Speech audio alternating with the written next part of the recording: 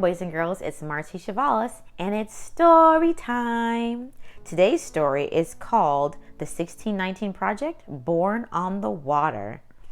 And I hope you enjoy this story. I'm curious. I see a ship and two people in the water. I wonder what they mean by born on the water.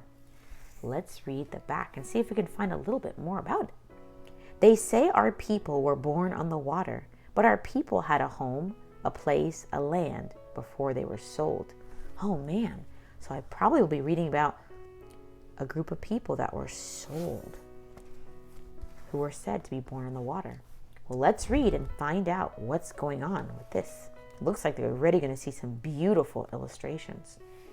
For all you AR readers, this is an AR book. It's level 5.0. It's worth half a point, and it is quiz number 514181.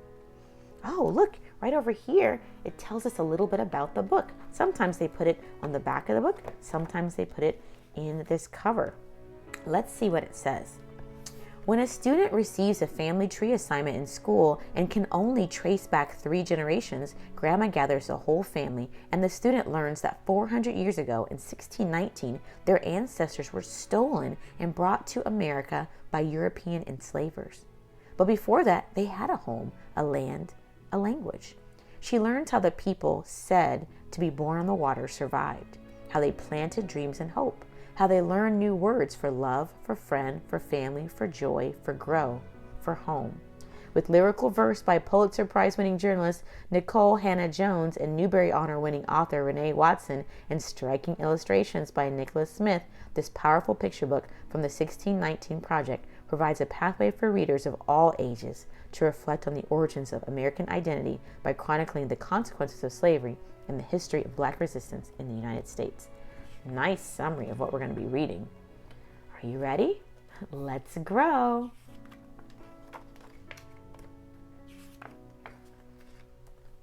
Questions.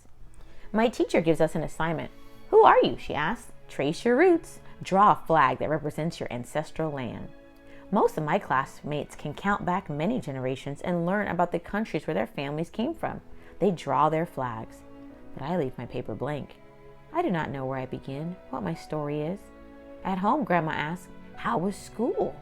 I tell her about the assignment, how I couldn't finish it, how I can only count back 3 generations here in this country where my parents, my grandparents, and my great-grandparents were born. But before that, I did not know. I tell her I'm ashamed. Grandma gathers a whole family, says, come, let me tell you our beginning. Let me tell you where we're from. I'm excited to hear what Grandma has to say. What Grandma tells me. They say our people were born on the water, but our people had a home, a place, a land before they were sold. 400 years ago in 1619, our ancestors were taken and brought here on a ship called the White Lion, a whole year before the Mayflower arrived. But before that dreadful voyage, there was a time when they did not pray for freedom. There was a time when they did not sing about overcoming. Their story does not begin with whips and chains. They had a home, a place, a land, a beginning. Their story is our story. Before they were enslaved, they were free. Wow. Sometimes when we read the stories about the history of Black people in America, we start at slavery and we think, oh, they've always been slaves. No, they had a home, they had a land, they had a beginning. There is a story, a long story, before they were enslaved. And I encourage you to read more about African history. They had a language. They spoke Kimbundu, had their own words for love, for friend, for family. The kingdom of Ndongo was nestled between the Lukala and the Kwanza rivers on a high plateau in West Central Africa. The people were good with their hands, knew the power of a seed, how to plant it, water it, how to make something out of nothing. The people were good with their minds, good at math and science. They used shells for money, counting, recording, trading. They knew what their work was worth. They spoke Kumbunu, had their own words for joy, for grow, for home.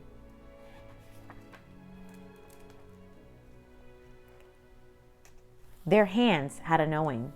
Their hands had a knowing. They knew how to hold a baby close, how to rock the child to keep her from crying. Their hands knew how to mix herbs, how to get the just right flavor for a meal. Their hands knew how to beat and twist and shape iron, how to make gardening tools, armor, and weapons.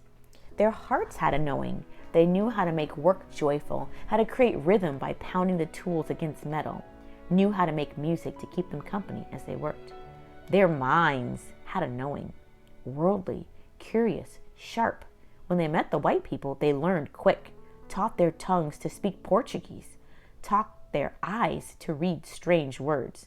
They knew how to mix the old with the new, how even an ancient people always had more to learn. Wow, this was definitely a really talented and smart group of people. And they danced, and the people moved their feet, moved their whole bodies to the melody of horns and stringed instruments, of marimbas and drums. They danced to celebrate, to mourn. They danced as a way of worship, to offer thanks. Their bodies a song under open sky and bright sun. Their bodies a swaying testament to the beauty of creation. Wow, would you like to dance along with them? It looks like they're having a great time, worshiping and just letting their bodies be free. Playing music. I love music too. Oh, this page is very dark, and the story part is dark too. Stolen. And the white people took them anyway, kidnapped them, baptized them in the name of their God, stamped them with new names. Ours is no immigration story. They did not get to pack bags stuffed with cherished things, with the doll grandmama had woven from tall grass, with the baby blanket handed down from generation to generation all the way back, so far back that it carried the scent of the ancestors. They could not hug their fathers and mothers, daughters and sons, hearts thumping in rhythm, clinging to that final sweetness before the parting. No promises whispered from mouth to ear of seeing each other soon. They didn't even get to say goodbye or bring anything with them. Just wails and sobs, confusion and wrists worn raw from shackles made of iron, feet split and bloody from the 200-mile march along the Kwanzaa River. They had no things, but they had their minds. The old ways, the harvest songs, the just right mix of herbs etched in their memories. They had their bodies, histories and bloodlines, and drums pulsing in their veins. With trembling fingers, they braided seeds into their hair, defiantly hiding tiny pieces of home to plant one day in new soils. No matter what some say, the people fought. And the white people took them anyway, forced them into the bottom of an evil ship. They sailed to a new world that they had no desire to see. Ours is no immigration story. Does that sound like a really happy trip, boys and girls? That's an awful, awful trip. It would be awful to be kidnapped from and taken away from your family to a totally new place where you were not free anymore and had to work for free for your whole life, and all your kids would have to work there too, and their kids and their kids. Not okay. This was truly evil. The White Lion. No one knows how long it took before they knew they would never see Ndongo again, never run along the high plateau or throw their heads back in giggles with their best friends. Maybe it was the second one or the third when they had not seen their land or any land for many days. They could no longer count. And they were on the ship for a long time. Some could not bear the pain. They refused to eat. They shut their mouths until their hearts gave out. Others tossed themselves into the real eternity of the Atlantic Ocean. Into the teal eternity of the Atlantic Ocean, swimming one last time with the ancestors. Sickness and hunger, filth and cruelty took the others, almost half. But those who did not die resolved to live no matter what. Packed in dark misery, strangers chained together head to feet, hip to hip, in the bottom of a ship called the White Lion. They saw that these strangers, men, women, children, kidnapped too, from many villages, these were their people now. These many people became one people, a new people. And that is why the people say, We were born on the water. We come from the people who refused to die. Point Comfort. Finally, the ship stopped moving and the people were dragged to the deck. They closed their eyes against the light of a sun they had not seen since Mother Africa's coast. They closed their eyes against the sight of a land that was not theirs. They cried a silent cry as white men spoke strange words talking about their bodies and with a handshake traded another's child, another's mama and daddy, 20 to 30 beloved human beings in all, for a few pounds of food and drink. 400 years ago, in the year 1619, the white people called this land Virginia, a sweet-sounding word for a place of such pain, a sweet-sounding word for the place where American slavery began. Oh, so sad. Tobacco fields. From sunup to sundown, the people worked the fields, growing and harvesting tobacco. The crops were sold to Europe, bringing wealth to Virginia, but the enslaved people did not get anything in return for their labor. The people worked and worked.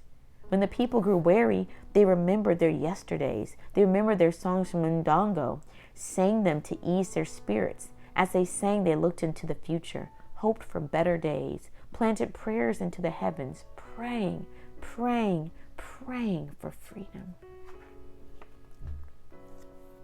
How to make a home. After a long day's work planting tobacco in the fields, after brutal treatment, after nothing to show for their hard work, sadness would come, a longing for Ndongo, for the mamas, for the daddies, for the friends they could no longer hug and talk with under the warm sun. We are in a strange land, they said, but we are here and we will make this home. We have our songs, our recipes, our know-how. We have our joy. We will love, laugh, sing, and hug our children as tight as you can hold a child. We will survive because we have each other. Now, these are determined people. And so the people planted the seeds they'd carried over the ocean, snuck to visit one another in the dark of night, sang songs, swapped tales of yesterday, remembering. And the people planted dreams and hope, willed themselves to keep living. And the people learned new words for love, for friend, for family, for joy, for grow, for home. We are in a strange land, they said, but we are here and we will make this home. We have determination, imagination, faith. We will survive because we have each other. The Tuckers of Tidewater, Virginia. 1624. Anthony and Isabella enslaved on the plantation of Captain William Tucker and his wife Mary Tucker. Two ordinary people forced to till the soil, forced to build a country they were not from, found a way to build a love for each other, to marry and create a family, a legacy. They did not know their family would be the start of a new people. They were just two ordinary people who had a son, a new beginning, a promise to live on and on. William Tucker. Hope is a promise, faith that a better day will come, belief that things will not always be this way. Hope is a refusal to give up, to die out. Hope is a child born. Way back then, hope had a name, William Tucker. He was born to ordinary people, a man and a woman, who were not free, but who believed in freedom. Who were not free, but who believed that one day freedom would come even if they never saw it. These two ordinary people gave life to an extraordinary child, a child not of Africa, a child not of Europe, nor of the native peoples already here, but a child of the new people formed on the water. The first black child born in the land will become the United States. That would become the United States, the first truly American child. Resist. Life was hard, and it would get harder for the generations to come. White people told the people they were not human, that the people were things to be bought and sold and given as gifts alongside horses and chairs. When the people were beaten, they said the people did not feel pain. When they sold the people's children, they said the people didn't love. These were lies they made up so they could feel okay about slavery.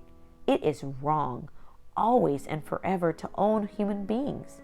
It is wrong, always and forever, to treat human beings like things. The people fought back, For 250 years, the people resisted every day in ways big and small. For 250 years, the biggest resistance of all was that the people kept living.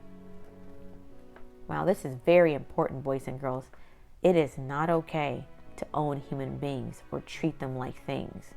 People are born with dignity and honor, and we should treat them as such, not gifts alongside horses and chairs. I feel upset hearing that they were told that they were not human and that they didn't feel pain and they didn't love. That was a really ugly thing to say, to believe, and to do. It was not right at all. And sad that that happened. Legacy. And the people who were born on the water survived, kept living and living. It was illegal to teach enslaved people how to read, but they birthed generations of teachers and librarians, scholars and authors. They were brokenhearted, beaten and bruised, but they became healers, pastors and activists, doctors and counselors. No one could steal the people's joy. They wrote songs, created jazz and hip-hop, rhythm and blues.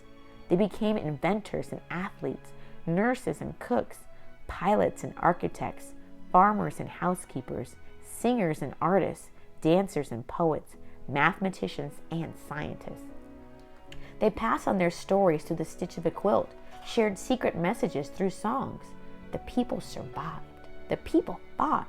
And because the people survived, and because the people fought, they finally got freedom. And because the people survived, and because the people fought, America has equality in the law. And because the people survived, and because the people fought, America began to live up to its promise of democracy. It is the people who fight for this democracy still. Looks like here are some pictures of famous Americans whose people were born on the water. You can learn about them by researching them in the library or asking your parents to help you tell you their stories. Pride. Grandma looks at me and my brother, tells us this is why we say Black Lives Matter, why we celebrate Black Girl Magic, why we believe we are our ancestors' wildest dreams. Never forget, we are their hope. Never forget you come from a people of great strength, Grandma says. Be proud of our story, your story. The next day, I go to school, pull out my red crayon, my blue, and my white. I draw the stars and I draw the stripes of the flag of the country that my ancestors built, that my grandma and grandpa built, that I will help build too. And I am not ashamed. I know what my story is, where I am from, where I begin. Wow, very exciting. This was a really cool book, and I hope you enjoyed reading along with me. If you like the story, go ahead and click the like button. If you want to hear more stories, don't forget to click subscribe. Until next time, have a great day. Goodbye, everyone.